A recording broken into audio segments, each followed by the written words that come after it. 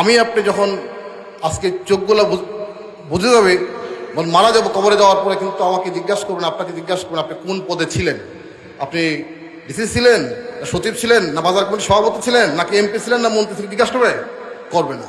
আমার আপনার সবার জন্য তিনখান কাপড় নিয়ে কবরে যাইতে হবে এবং তিনখান প্রশ্ন করবে কি না?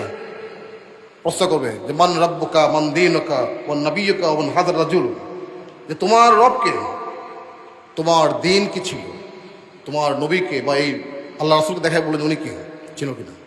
এই যে জীবন, আমরা যে জীবনের জন্য আসলে আমরা খুব বেশি অস্থির করি, সকাল থেকে সন্ধ্যা পর্যন্ত কোনো হালাল হারামের বাছাই নাই, যে যেমনে পারি মানে আমরা অন্যায়ভাবে পয়সা ইনকাম করার চেষ্টা করি। আমি হয়তো ফাইল থেকে ঘুষ খাই, দুর্নীতি করি, আরেকজন ভেজাল করে, আরেকজন মিথ্যা কথা বলে, উপরে ভালো মাল দিয়ে নিচে খারাপটা দেয়, অন্যায়ভাবে পয়সা ইনকাম করি না আমরা। মানে হেন কোনো অপরাধ নাই যে আমরা করি না। এমনকি দুঃখজনক হলো সত্য যে মসজিদে যখন আমরা আসি, জুতাটা আমাদের রেখে দিল, সেই জুতাটা আমার চুরি হয়ে যায়, হয়ে যায় না? মানে আমরা যখন এই যে আপনার সেজদা দেই, যখন বলি যে সুবহান রাব্বিয়াল আলা, আর চুরে বলে যে জুতা কোন জোড়া ভালা, বুঝতে পারছেন? তো মসজিদে জুতা সরে নিয়ে যায়, মাদ্রাসা থেকে থেকে আপনার কিতাব নিয়ে যায়, মসজিদ দান বাক্স চুরি করে নিয়ে যায়। তো এর সে কপাল পুরা কম্বক আর দুনিয়া কেউ আছে কিনা দেয় না। আর যারা আবাসিক হোটেলগুলো এখানে পরিচালনা করেন, সাবধান। আমি এখানে দেখলাম যে অনেকগুলো হোটেলের কোনো লাইসেন্স নেই। আপনি লাইসেন্স ছাড়া আইনতভাবে কোনো হোটেল পরিচালনা করতে পারেন না। আমরা অচিরে আগামী সপ্তাহে নোটিশ দেব, লাইসেন্স করতে হবে আপনাদেরকে। এবং হোটেলে সরকারের যে বিধিবিধান আছে তার বাইরে যাওয়ার কোনো সুযোগ নেই। অবৈধ কাজ তো দূরের কথা, কোনো কিছু করা যাবে না, নিয়মের বাইরে কোনো কিছু করা যাবে না। এখানে এই মাটির নিচে শুয়ে আছে হযরত শাহজালাল রহমাতুল্লাহ আলাইহি, হযরত শাহপুরান সহ অনেক অলিয়া উলিয়া। এই মাটিতে উপরে কোনো ধরনের অপরাধ হইতে দেওয়া যাবে না ইনশাআল্লাহ।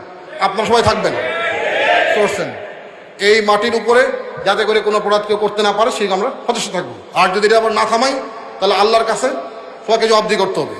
আজকে এই জুমার নামাজের পূর্বে উপস্থিত সম্মানিত ইমাম ও খতিব সাহেব, মসজিদ কমিটির সম্মানিত নেতৃবৃন্দ এবং আমার প্রিয় মুসল্লি ভাইরা, আসসালামু আলাইকুম রহমতুল্লাহি ওয়া বারাকাতুহু। আসসালাম। আমি আসলে খুব বেশি সময় কথা বলবো না, কারণ আমার একটা নিয়ত হলো যে আমি এই জেলায় যদি আমার মতো গুনাহগার বান্দাকে আল্লাহ তাআলা দায়িত্ব দিয়েছেন, আমি এখানে বিভিন্ন মসজিদে বিভিন্ন নামাজ পড়বো। শুক্রবার দিন এক শুক্রবার দিন এক একটা নামাজ পড়বো, মুসল্লিদের সাথে একটু দেখা সাক্ষাৎ করা, এটাই হলো উদ্দেশ্য।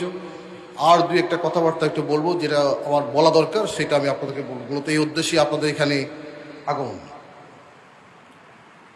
তো আল্লাহ তাআলার শুকরিয়া আদায় করছি, আল্লাহ তাআলা আমাদেরকে এই নামাজে আসার তৌফিক দিয়েছেন। আজকেও এই শুক্রবার হয়তো অনেক মানুষের কপালে ভাগ্যে জুটবে না এই অনেক মুসলমানের এই মসজিদে আসার। এই জন্য আল্লাহ তাআলা আমাদেরকে এই দুনিয়ার সকল কাজ থেকে ফারেক করে এই মসজিদে যে আসার সুযোগ করে দিয়েছেন, এই জন্য সবাই বলি আলহামদুলিল্লাহ। এটা আল্লাহ তাআলার অনেক বড় একটা নিয়ামত। পৃথিবীতে আমি যতটুকু পড়াশোনা করেছি, বুঝেছি এই বয়সে এবং সব কিছু মিলে, পৃথিবীতে মানুষের জন্য আল্লাহ তাআলা সবচেয়ে বড় নিয়ামত হচ্ছে হেদায়েত, আল্লাহকে চিনতে পারা, বুঝতে পারা, ভালো মন্দ বুঝতে পারা। আর দ্বিতীয় নিয়ামত হচ্ছে আপনার জ্ঞান। আপনি ভালো মন্দ বুঝতে পারছেন, কিছু পড়াশোনা করার তৌফিক হয়েছে, এটা হচ্ছে আপনার দ্বিতীয়। আমি যদি অনেক বড় শিক্ষিত হই, আমি যদি আমার রবকেই না চিনলাম, তাহলে বুঝতে হলো যে আমি কপাল পোড়া।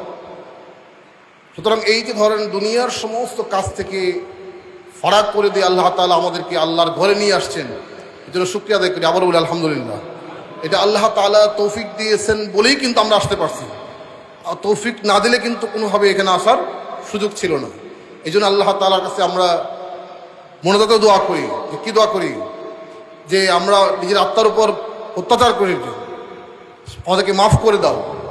রাব্বানা লা তুযিগ কুলুবানা বা'দা ইয হাদাইতানা ওয়া হাব লানা মিন লাদুনকা রাহমা। হে আল্লাহ, তুমি আমাদেরকে হেদায়েত দেওয়ার পরে আবার হেদায়েত বঞ্চিত করিও না। মানে আপনি ধরেন আপনি সারা জীবন নামাজ পড়লেন, মওতের আগে কাফের হয়ে গেলেন, তাহলে সারা জীবন নামাজের কোনো দাম থাকলো না। তো এই জন্য নামাজে আমরা দোয়া করি কি, যে আমাকে হেদায়েত দেওয়ার পরে হেদায়েত থেকে আমাকে আবার গাফেল করে দিও না। তো এই জন্য আমরা মনে করি এই যে ভালো কাজ করতে পারা, এটাও অনেক বড় একটা নিয়ামত আল্লাহ তাআলা আমাদেরকে দিয়েছেন। আর দ্বিতীয় যেটা হলো যে আপনার এই যে জানার বা বোঝার যে ক্ষমতা, ভালো মন্দ বুঝতে পারা, পড়াশোনা করতে পারা, এটা হচ্ছে আল্লাহ তাআলার একটা দ্বিতীয় নিয়ামত। কেন? কারণ আপনি ভালো এবং মন্দের মধ্যে পার্থক্য করতে পারতেছেন, কোনটা ভালো মন্দ বুঝতে পারতেছেন, জ্ঞান দিয়েছেন। এই জন্য আল্লাহ কোরআনে বলেছেন, হাল ইয়াস্তাবিল্লাযীনা ইয়ালামুনা ওয়াল্লাযীনা লা ইয়ালামুন, যারা জানে আর যারা জানে না তারা কোনোদিন এক হইতে পারে না। এটা আল্লাহর কোরআনের কথা। এবং কোরআনে অন্য জায়গায় বলেছেন, মান ইউতা হিকমাতান ফাকাদ উতিয়া খাইরান কাসীরান, যাকে হিকমত দেওয়া হয়েছে, জ্ঞান বিজ্ঞান দেওয়া হয়েছে, তাকে দুনিয়ার শ্রেষ্ঠ সম্পদ দেওয়া হয়েছে। কিন্তু জ্ঞানটাকে আপনি প্রপারলি কাজে লাগান। তো মানুষ হিসাবে আমাদের পরিচয় হলো, আমরা দুনিয়াতে প্রথম আসছি, আমি একজন মানুষ, এটা আমার পরিচয়। আমি একজন মুসলমানের সন্তান, আমি একজন মুসলমান। এরপরে আমরা যে যে পদ ধারণ করি না কেন, এটা আমার সেকেন্ডারি বিষয়। কিন্তু মানুষ হিসেবে, মুসলমান হিসেবে আমার প্রথম দায়িত্ব হচ্ছে আমার রবকে চিনা। কে কোন লাইনে পড়াশোনা করলাম, কোথায় কোন দায়িত্ব পেলাম, কে কোন পদে বসলাম, এটা কিন্তু মুখ্য বিষয় না। কারণ আমি আপনি যখন আজকে চোখগুলো বুঝে যাবে, মারা যাবো, কবরে যাওয়ার পরে কিন্তু আমাকে জিজ্ঞাসা করবেন, আপনাকে জিজ্ঞাসা করবেন আপনি কোন পদে ছিলেন। আপনি ডিসি ছিলেন, সচিব ছিলেন, না বাজার কমিটির সভাপতি ছিলেন, নাকি এমপি ছিলেন, না মন্ত্রী থেকে জিজ্ঞাসা করবে না। আমার আপনার সবার জন্য 3 খান কাপড় নিয়ে কবরে যাইতে হবে এবং 3 খান প্রশ্ন করবে কিনা? প্রশ্ন করবে যে মান রাব্বুকা, মান দীনুকা, ওয়ান নাবিয়্যুকা, ওয়ান হাযার রাজুল, যে তোমার রবকে, তোমার দিন কি ছিল, তোমার নবীকে বা এই আল্লাহ রাসূলকে দেখায় বলে উনি কে, চিনো কিনা। তো এই জন্য আমাদের একটা দায়িত্ব হচ্ছে, আপনি বিশেষ করে যারা আমরা কম বেশি পড়াশোনা শেখার তৌফিক আল্লাহ তাআলা দিয়েছে, আমাদের মুসলমানের প্রধান পাঠ্য বই হচ্ছে কোনটা? পাঠ্য বই হচ্ছে কোরআন শরীফ। মুসলমানের পাঠ্য বই হচ্ছে, মূল পাঠ্য বই হচ্ছে কোরআন শরীফ। এই যে আমরা ধরেন বিশ্ববিদ্যালয়ে পড়াশোনা করছি, অনেক বড় বড় বই ইংরেজিতে লেখা পড়ছি, অনেক জ্ঞানী মানুষের বই পড়ছি, কিন্তু আমি যদি কোরআন শরীফ না পড়ি, কোরআন যদি আমি নিজে না শিখি, তাহলে আমার এই জ্ঞানের কোন দাম আছে? আমি যদি আমার রবকেই না চিনি, যে আমাকে যে সৃষ্টি করলো, যিনি আমাকে বানাইলো, তাহলে আমার এই জ্ঞান, এই বিজ্ঞান, আমার এই ডিগ্রি, এর কোনো মূল্য আল্লাহর কাছে নয়, আমার কাছে নয়। সুতরাং মানুষ হিসেবে এই যে আল্লাহ তাআলা যে কালামে পাক আমাদেরকে দিয়েছেন, এইটা সবার দায়িত্ব হলো কম বেশি করা। কারণ আল্লাহ তাআলা যখন আমাদেরকে এই দুনিয়ায় পাঠিয়েছেন, পাঠানোর সময় কিন্তু খুব গর্ব করে আল্লাহ ফেরেশতাদেরকে বলেছেন, ওয়াইযা ক্বালা রাব্বুকা লিল মালাইকাতি ইন্নী জাইলুন ফিল আরদি খলিফা। আল্লাহ তাআলা ফেরেশতা বলছে যে আমি আমার দুনিয়া কি করতে চাই? খলিফা পাঠাতে চাই, প্রতিনিধি পাঠাতে চাই। ফেরেশতারা না করলো, যে না, এটা তো মারামারি করবে। তা আল্লাহ বলছে, না, ইন্নী আ'লামু মা লা তা'লামুন, আমি তো জানি তোমরা তো জানো না। তো এই যে গর্ব করে যে আমাকে বানাইলো, আদমকে বানাই, এবং আদমকে বানানোর পরে সমস্ত কিছু তাকে শিখিয়ে দিল, এবং ফেরেশতাকে বললো যে নাম জিজ্ঞাসা করো, ফেরেশতা পারে না, কিন্তু আদমকে যখন জিজ্ঞাসা করলো, বলে সবগুলো নাম বলে দাও, একটা একটা করে সব নাম বলে দিয়েছে। এখানে মানুষের শ্রেষ্ঠত্ব। তো এই যে আল্লাহ তাআলা আমাদেরকে এত গর্ব করে, যত্ন করে দুনিয়ায় পাঠালেন, তো রবের প্রতি তো আমাদের কিছু দায়িত্ব আছে। এবং কাল কিয়ামতের ময়দানে আমাকে আপনাকে প্রত্যেকটা জিনিস আমাকে জিজ্ঞাসা করা হবে। যে যেখানে থাকে না কেন, এই প্রত্যেকটা বিষয়ে আমাকে জিজ্ঞাসা করা হবে, যে পদে। এবং এই জন্য আল্লাহ রাসূল বলছেন যে কুল্লুকুম রাইন কুল্লুকুম মাসউলুন, যে তোমার প্রত্যেকে দায়িত্বশীল। যিনি বাজার কমিটির সভাপতি, তাকে জিজ্ঞাসা করা হয় বাজার ঠিক চলছে কিনা, নাকি বায়াস্তেজ করছেন। মসজিদ কমিটির মোতাবল্লি জিজ্ঞাসা করে, ডিসি সাহেবকে জিজ্ঞাসা করে যে আপনি কি ভালো কথা বলছিলেন কিনা, মানুষকে নামাজের কথা বলছিলেন কিনা, আপনি কি অন্যভাবে চলছেন কিনা, আপনি দায়িত্ব পালন করছেন কিনা। আপনি একটা পরিবারের প্রধান, আপনার পরিবার সন্তানদের কোথায় যায়, কোথায় ঘুমায়, কি খায়, কোথেকে আনে, জিজ্ঞাসা করছেন কিনা। প্রত্যেকটা মানুষই কিন্তু আমরা দায়িত্বশীল। এবং আমাদের কি এই যে জীবন, আমরা যে জীবনের জন্য আসলে আমরা খুব বেশি অস্থির করি, সকাল থেকে সন্ধ্যা পর্যন্ত কোনো হালাল হারামের বাছাই নাই, যে যেমনে পারি আমরা অন্যায়ভাবে পয়সা ইনকাম করার চেষ্টা করি। আমি হয়তো ফাইল থেকে ঘুষ খাই, দুর্নীতি করি, আরেকজন ভেজাল করে, আরেকজন মিথ্যা কথা বলে, উপরে ভালো মাল দিয়ে নিচে খারাপটা দেয়, অন্যায়ভাবে পয়সা ইনকাম করি না আমরা। হেন কোনো অপরাধ নাই যে আমরা করি না। এমনকি দুঃখজনক হলো সত্য যে মসজিদে যখন আমরা আসি, জুতাটা আমাদের রেখে দিল, সেই জুতাটা আমার চুরি হয়ে যায় না। আমরা যখন এই যে আপনার সেজদা দেই, যখন বলি যে সুবহান রাব্বিয়াল আলা, আর চুরে বলে যে জুতা কোন জোড়া ভালা, বুঝতে পারছেন? তো মসজিদে জুতা সরে নিয়ে যায়, মাদ্রাসা থেকে থেকে আপনার কিতাব নিয়ে যায়, মসজিদ দান বাক্স চুরি করে নিয়ে যায়। তো এর সে কপাল পুরা কম্বক আর দুনিয়া কেউ আছে কিনা দেয় না। তো এটা আমাদের জন্য খুব লজ্জাকর। তো আল্লাহ তাআলার কাছে আমাদেরকে প্রত্যেকটা জিনিসই জবাবদিহি করতে হবে। এবং যেদিন আসলে এই জবাবটা এরকম, কিয়ামতের দিনে তো আসলে কেউ কারো কোনো কাজে আসবে না। ইয়াউমা ইয়াফিরুল মারই, এরপরে বলা হয়েছে কি মিন আখিহি, মানে আপনার আখি, আপনার বাণী, আপনার সাহেবাতি, আপনার উম্মিহি, আপনার আবি, কেউ কারো কাজে লাগবে না। আপনার পিতা মাতা কেউ চিনবে না। সন্তান বলবে না আমার কোনো বাপই নেই, লোক বাপই না। সে বলবে যে না আমার তোমার ভাই, ও তো তোমার ভাই, বলে আমি তোমার ভাই, বলে আমার তোমার ভাই ছিল না দুনিয়া। কারণ সেই মানুষগুলো সেদিন পঙ্গপালের মতো আমরা চুরাচুরি করবো, কারো গায়ে কোনো কাপড় থাকবে না। আমার মনে আছে আমার বিশ্ববিদ্যালয়ের শিক্ষক বললেন যে ক্লাসে পড়ানোর সময় বলতেছিলেন যে কারো গায়ে কোনো কাপড় চোপড় থাকবে না।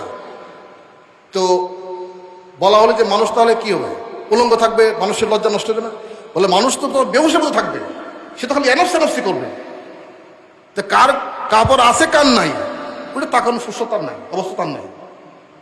তো সেই দিন আমরা ভয় করি যে আমাদের আল্লাহ তাআলার কাছে আমাদেরকে সব কিছু জবাবদিহি করতে হবে। আমি যে কাজেই করি না কেন সবসময় মনে রাখতে হবে যে আল্লাহ তাআলা আমাকে দেখতেছেন, আল্লাহ তাআলা আমাকে দেখতেছেন এবং আমাকে এই প্রত্যেকটা কাজের জবাবদিহি করতে হবে। আমি যা বলি, আমি যা করি, আমি যা চিন্তা করি, সব কিছু কি করতেছে, লিখতেছে। এবং আল্লাহর কোরআনে ভাষায় সেটা বলছেন কেরামান কাতিবিনা ইয়ালামুনা মা তাফআলুন, যে সম্মানিত লেখকগণ যারা আছেন কেরামান কাতিবিন, তারা কিন্তু কি লিখতেছেন, আপনার ভালো এবং মন্দ লিখতেছেন। এবং কিয়ামতের দিন যখন আমাকে আপনাকে এই আমলনামাটা দিয়ে দেওয়া হবে, তখন আপনি অবাক হবেন যে কারো আমলনামা ডান হাতে আসবে, কারো বাম হাতে আসবে, যে এইটা এমন এক আমলনামা, এমন এক কিতাব। যখন বলা হবে খুসলে কিতাব আঁকা, তোমার বইটা ধরো, তোমার আমলনামা ধরো, দেখে বলবে আরে এটা তো এমন এক কিতাব, এর মধ্যে তো আমার কোনো কিছু বাদ পড়ে নাই, আমার যারা পরিমাণ সবও আছে, তারা পরিমাণ খারাপ কাজও আছে। এবং মানুষ তো সবজাত মিথ্যা কথা বলবে, ওই দিনে চেষ্টা করবে, সে বলবে আমি এটা করি নাই। তখন সূরা ইয়াসিনের 65 নম্বর আয়াতে বলা আছে, তখন কি করবে, আপনার চোখ সাক্ষী দেবে, আপনার হাত বলবে হ্যাঁ আমার হাত দিয়ে চুরি করছে, এই হাত দিয়ে কি করছে, সে ঘুষ খাইছে, এই হাত দিয়ে ভেজাল করছে, দুধের মধ্যে পানি দিয়েছে, এইটার মধ্যে ভালো মালের জায়গায় খারাপটা দিচ্ছে, এই পা দিয়ে চুরি করতে গেছে, এই পা দিয়ে তীর খেলতে গেছে, এই চোখ দিয়ে দেখছে যে লাগছে কিনা, জুয়া খেলছি, মদ মুক্তি মদ খাইছে, সাক্ষী দিবে আপনার দেহ আপনার বিরুদ্ধে, আমার বিরুদ্ধে সাক্ষী দিবে। আল্লাহ তাআলা সেই কঠিন দিনে আমাদের হেফাজত করুক। মানে আমরা অনেক সময় মনে করি যে আমরা জানি কি জানি হয়ে গেছি, অথচ দেখেন এই বয়সে আমাদের এই জীবদ্দশায় আমার আপনার কত বন্ধু বান্ধব, আত্মীয় স্বজন, পরিবার পরিজন দুনিয়া থেকে বিদায় নিয়েছে, গেছে না?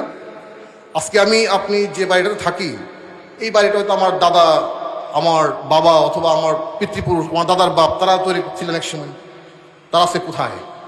তাদের যে কবরস্থান যেটা আছে, আপনি আমি কয়দিন যাই জিয়ারত করতে, বা কয়দিন তাদের জন্য দোয়া করে আমাকে বলেন, তা আমার আপনার তো একই অবস্থা হবে। আমি আপনি যখন দুনিয়া ছেড়ে চলে যাব, প্রথম হয়তো 2-3 দিন আমার ফ্যামিলি কান্নাকাটি করবে, 7 দিন পরে ভুলে যাবে, 1 মাস পরে চলে যাবে, এরপর আপনি নাই, কিছুই নেই। সুতরাং দুনিয়া হচ্ছে আপনার একটা পরীক্ষার জায়গা, যেখান থেকে আপনি আখিরাত কামাই করে নেবেন। হ্যাঁ, আপনি সঠিকভাবে করেন, বৈধভাবে ইনকাম করেন, ইসলামের মধ্য থেকে করেন। এবং আল্লাহ এই জন্য বলা হয় যে লা রাহাবা নিয়াতুন ফিল ইসলাম, ইসলামে কোনো বৈরাগ্যবাদী নাই। আপনি নামাজে আসতে যখন বলছে সালাত মিন ইয়াউমিল জুমআ ফাসাউ ইলা যিকরিল্লাহি ওয়া যারুল বাইয়া, যখন নামাজের আযান পড়লো, এখানে যদিও জুম্মার নামাজের কথা বলা হয়েছে, শুধু জুম্মার নামাজ, সকাল নামাজ, যখন নামাজের আযান পড়লো তখন কি মসজিদ থেকে দৌড়াও, আবার নামাজ শেষ ফাইদা কুদিয়াতিস সালাতি ফান্তাশিরু মিন আরদি ওয়াবতাগু মিন ফাদলিল্লাহ, যখন নামাজ শেষ হবে তখন কি দুনিয়া ঝাঁপাইয়া পড়ো রিজিকের সন্ধান, এবং সেই রিজিকটা হালাল উপায়ে করেন। এবং আল্লাহ তাআলা আমাদের জন্য এত অবারিত সুযোগ করে দিয়েছেন যে আপনি যা করবেন তাই সওয়াব, আপনি যা করবেন তাই সওয়াব। আপনি ইনকাম করেন, আপনি চিন্তা করবেন যে আমার ইনকাম না করলে কি, আমার এই ফ্যামিলির লোকজন খাবে কোথায়, আমার উসিলারা খাচ্ছে, আমি খাওয়াই না, আমার উসিলায় খাওয়ায়। আপনি ইনকাম করলে কি করতে পারেন, দান করতে পারবেন। আপনি ইনকাম করলে কি করতে পারবেন, মসজিদ দিতে পারবেন, মানুষ সহজে করতে পারবেন। আপনি ধরেন একটা বাড়ি বানাইলেন, এই বাড়ির একটা জানালা এমন সেটে দিলেন যে মসজিদ থেকে যেন আজানের শব্দটা আপনি শুনতে পান। এই যে বাড়িটা বানাইলেন, একটা জানালা এমন সারে কাটলেন যেখান থেকে মসজিদের আজানটা শুনতে পান। এই যে নিয়তটা করছেন যে আমি বাড়িটি বানাইছি আর এই পাশে জানালা রাখতেছি কেন, যাতে করে মসজিদে আজানটা দিলে পরে আমি শুনতে পাই। এই যে সওয়াব, এই যে আপনি মরে যাওয়ার পরেও কিন্তু যতদিন এরপরে আপনি এই ঘর থাকবে, আপনার সন্তান থাকবে, ততদিন পর্যন্ত আল্লাহ তাহলে তো আপনি সব পাবেন। কেন, আপনি এই ঘরটা বানানোর সময় কি আপনি একটা জানালা কাটছিলেন যেখান থেকে কি আপনি মসজিদ থেকে আজান শুনতে পান। দেখেন, নিয়ত করলে সওয়াব, আপনি ভালো নিয়ত করবেন, আপনি যে কাজ করবেন সেটাই কিন্তু আপনার সওয়াব। আপনি সন্তানদের খাওয়াবেন, পড়াশোনা করাবেন। আমাদের সমস্যা হলো কি জানেন? আমাদের সমস্যা হচ্ছে আমরা নিয়তি সমস্যা করি। যেমন আমাদের সন্তানদের দেখলে কি চিন্তা করি যে আমার ছেলে ডাক্তার হবে, ইঞ্জিনিয়ার হবে, বড় অফিসার হবে, বড় ব্যবসায়ী হবে, এটা চিন্তা করি আমরা। মোটামুটি 80% 90% লোক আমরা এই চিন্তা করি যে কি আমার সন্তান অনেক বড় কিছু হবে, যে বড় ডাক্তার ইঞ্জিনিয়ার হবে, বড় ব্যবসায়ী হবে, বিদেশে যাবে, লন্ডন যাবে, অনেক বড় কিছু হবে। কেন আমি চিন্তা করি না যে না আমার সন্তান একজন আমলদার ভালো মানুষ হবে, আলোকিত মানুষ হবে। এরপর সে যেটা করে না কেন একটা কিছু করে তো আল্লাহ তাকে খাওয়াবে নাকি? এরপরে ডাক্তার হোক, ইঞ্জিনিয়ার হোক, অফিসার হোক, ডিসি হোক, এসপি হোক, যাই হোক না কেন, ব্যবসায়ী হোক, কোনো সমস্যা নেই। কিন্তু প্রথম যদি আমি নিয়ত করি যে আমার সন্তান ভালো মানুষ হবে, আমলদার মানুষ হবে, দিনদার হবে, তাহলে এই সন্তান আপনার জন্য একটা সাদগায় দেয়। কিন্তু আমরা নিয়ত করার সময় করি উল্টাটা, মনে করি যে কি দোকান একটা দিই, দেওয়ার সময় মনে করি কি জানে এইটা দিয়ে ব্যবসা করবো, এটা আর 3টা বাড়াবো, আশা করবো। কিন্তু আপনি একটু চিন্তা করেন না কেন, আমরা কেন করি না যে আমি দোকান যাই করবো আল্লাহর রাস্তায়, এখান থেকে যাই হবে তার থেকে আমি কি আল্লাহর রাস্তায় ব্যয় করবো, আমার সন্তানদের দিব, এটা সাদগায় দাঁড়িয়ে মতো সদগা হবে, পাড়া প্রতিবেশী দিব, জাকাত দিব, আমি ফেতরা দিব, খয়রাত করবো। তাহলে আপনি দেখবেন যে আমার আপনার কি ব্যবসায় বরকত আসবে এবং আপনার যা পর্যন্ত থাকবে সবই বলুন। ইমাম আবু হানিফা রহমতুল্লাহ আলাইহি উনি কি ওই সময় সবচেয়ে বেশি বড় ব্যবসায়ী ছিলেন, জানেন আপনারা? ইমাম আবু হানিফা রহমতুল্লাহ আলাইহি কিন্তু ওই সময়কার সবচেয়ে বড় ব্যবসায়ী ছিলেন। কিন্তু তার ব্যবসা, তার আমলকে, তার ইমানকে কোনোভাবে প্রভাবিত করতে পারেনি।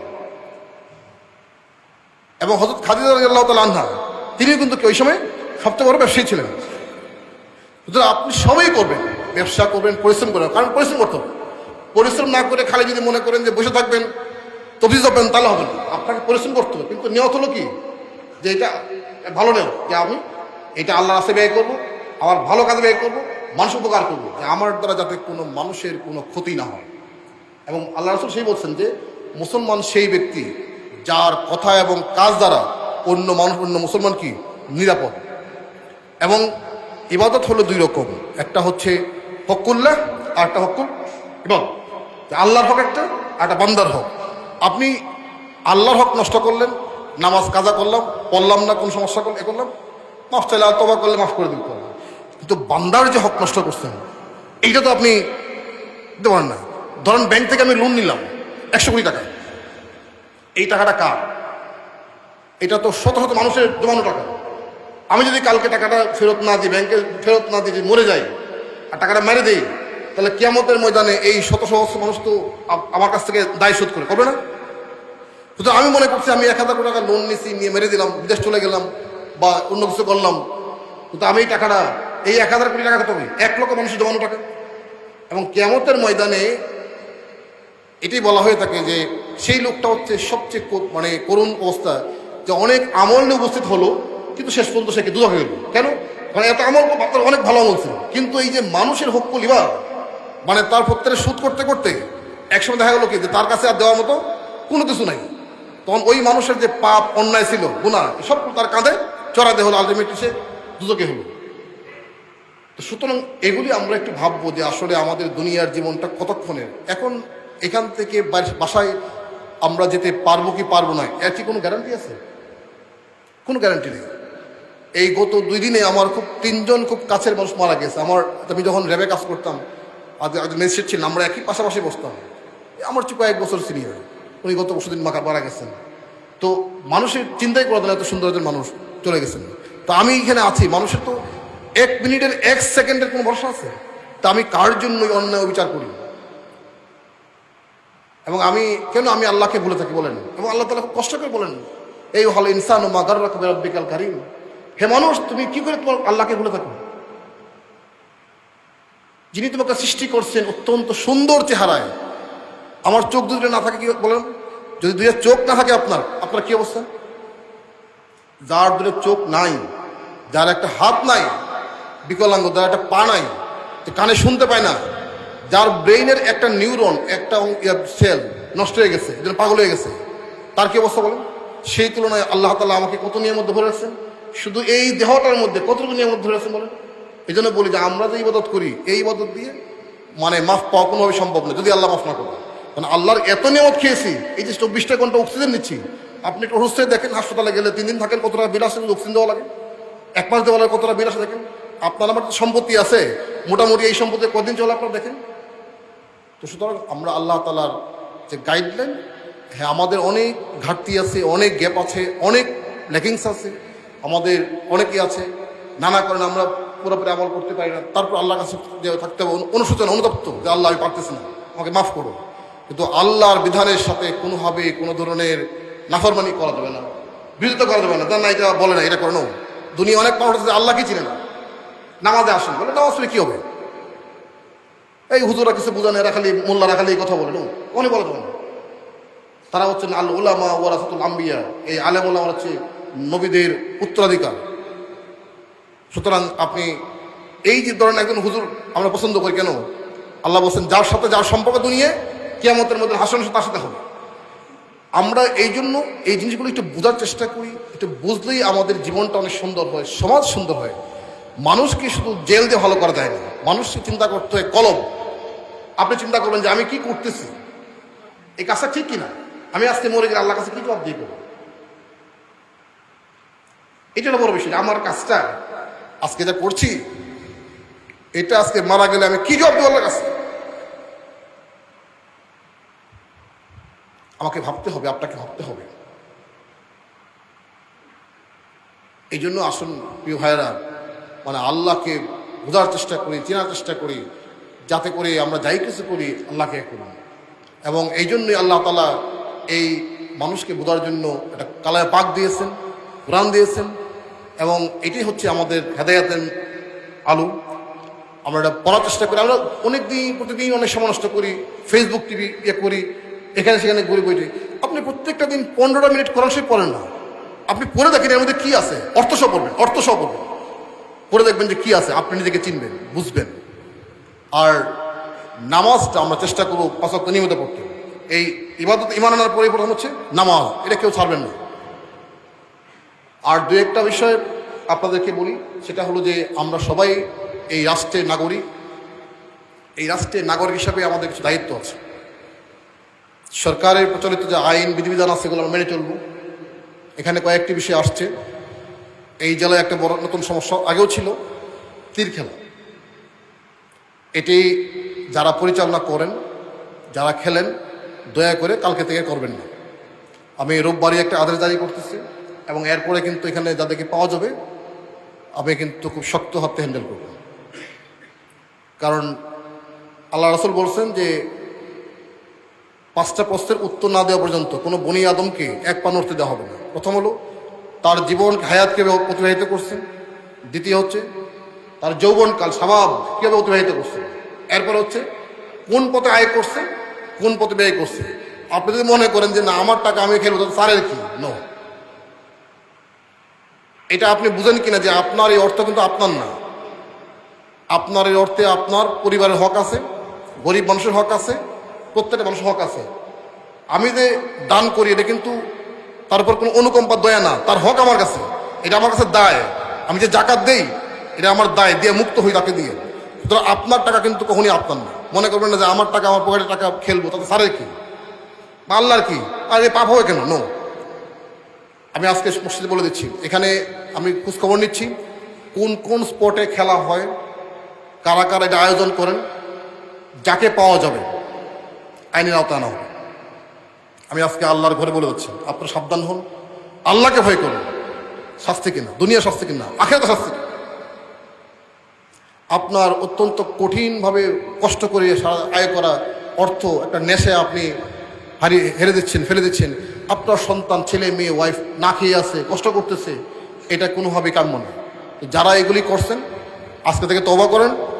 আর যদি আইনের আওতায় পড়েন তাহলে কিন্তু মোটামুটি বুঝতে পারেন যে কত ধানে কত চাল, এটা যেন না হয়। আর যারা এখানে আয়োজন করতেছেন দয়া করে বন্ধ করেন। অপরাধ যে করবে, অপরাধে যে সহযোগী হবে, প্রত্যেকই সমান অপরাধ, এটা দুনিয়া এবং আখিরাতে সব জায়গায়। তো সুতরাং এইটা বন্ধ করেন। আমি এখানে আরও কিছু সমস্যা নিয়ে পরে আপনাদের সাথে বসবো। এখানে আমার বাজার কমিটি আছে, স্কুল কমিটি আছে, এই স্কুলেরও আমি দায়িত্বে। তো এখানে আপনাদের বাউন্ডারির কথা বলছেন, যেগুলি বলছেন আমি দেখি কি করা যায়। আর বাজারটা নিয়ে আমরা পরিকল্পনা করতেছি, কারণ এখানে এই ট্রাকগুলো আসতেছে, বাচ্চারা স্কুল আসতে পারেনি, সমস্যাগুলো এখানে আছে। আমি গতকালকে আসছিলাম, স্কুলটা দেখেছি। তো আমি চাই আমরা প্রত্যেকেই নিয়ম মেনে, আইন মেনে চলি, তাহলে আর পাহারাতে দরকার নেই। কিন্তু যিনি চলবেন না তার জন্য শাস্তির ব্যবস্থা আছে, তার জন্য দুনিয়াতে শাস্তির ব্যবস্থা আছে, আখিরাতেও আছে। আপনি দয়া করে এমন কিছু করবেন না যে রাষ্ট্রীয় আইনের আওতায় আসবেন, জেল খাটবেন, এরপর আপনার নাতি স্কুলে যাবে, ওই স্কুলেও কিন্তু তার বন্ধু বলবে যে তুই একটা খারাপ লোক, তোর দাদা ওই আমলে জেল খাটছিল।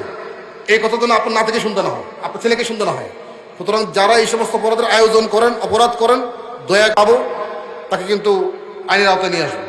কারণ কোনোভাবেই এই সমাজ, আমাদের বংশ, আমাদের আগামী প্রজন্ম নষ্ট হতে দেওয়া যাবে না, এবং এটা একটা ষড়যন্ত্র। আর যারা আবাসিক হোটেলগুলো এখানে পরিচালনা করেন, সাবধান। আমি এখানে দেখলাম যে অনেকগুলো হোটেলের কোনো লাইসেন্সই নেই। আপনি লাইসেন্স ছাড়া আইনতভাবে কোনো হোটেল পরিচালনা করতে পারেন না। আমরা অচিরে আগামী সপ্তাহে নোটিশ দেব, লাইসেন্স করতে হবে আপনাদেরকে। এবং হোটেলে সরকারের যে বিধিবিধান আছে তার বাইরে যাওয়ার কোনো সুযোগ নেই। অবৈধ কাজ তো দূরের কথা, কোনো কিছু করা যাবে না, নিয়মের বাইরে কোনো কিছু করা যাবে না। এখানে এই মাটির নিচে শুয়ে আছে হযরত শাহজালাল রহমতুল্লাহ আলাইহি, হযরত শাহপুরাণ সহ অনেক অলিয়া উলিয়া। এই মাটিতে উপরে কোনো ধরনের অপরাধ হইতে দেওয়া যাবে না ইনশাল্লাহ। আপনারা সবাই থাকবেন, করছেন এই মাটির উপরে, যাতে করে কোনো অপরাধ কেউ করতে না পারে সেই আমরা সদস্য থাকবো। আর যদি এটা আবার না থামাই তাহলে আল্লাহর কাছে সবাইকে জবাবদিহি করতে হবে, সবাইকে জবাবদিহি করতে হবে। তো আপনারা সবাই ভালো থাকবেন, আমার জন্য দোয়া করবেন। আমি আপনাদের কাছে দোয়া চাই, সহযোগিতা চাই। আল্লাহ তাআলা আমাদের সবাইকে মাফ করুন এবং আল্লাহর পথে যেভাবে চললে তিনি রাজি এবং খুশি হবেন সেভাবে চলার তৌফিক দান করুন। হাযা ওয়া আখিরু দাওয়ানা আলহামদুলিল্লাহি রাব্বিল আলামিন। আসসালামু আলাইকুম ওয়া রাহমাতুল্লাহি ওয়া বারাকাতুহু।